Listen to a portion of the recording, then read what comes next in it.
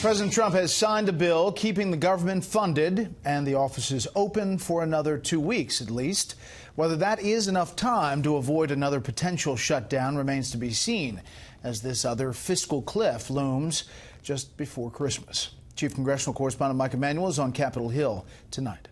Congress has bought itself 2 more weeks to finish up tax reform and work on other year-end fiscal issues. Votes last night in both the House and Senate will fund the government through December 22nd. And the top 4 congressional leaders are working with President Trump and his team on longer-term fixes. Well, we hope we can come to an agreement. Funding the government is extremely important. Helping our soldiers is very important. And helping average citizens is very important. So we're here in the spirit of let's get it done.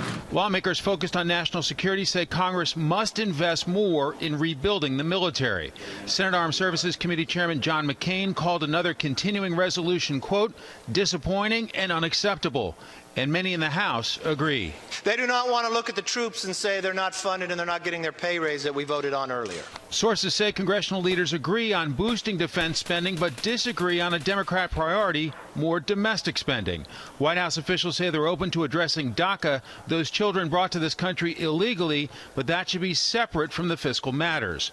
Lawmakers hope to strike a deal on spending caps in the next 2 weeks that will take them through next September.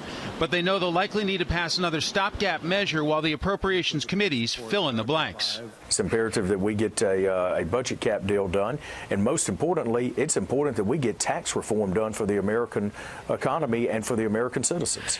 On tax reform, sources say the goal is a vote in the Senate on the conference report December 18th and the House December 19th.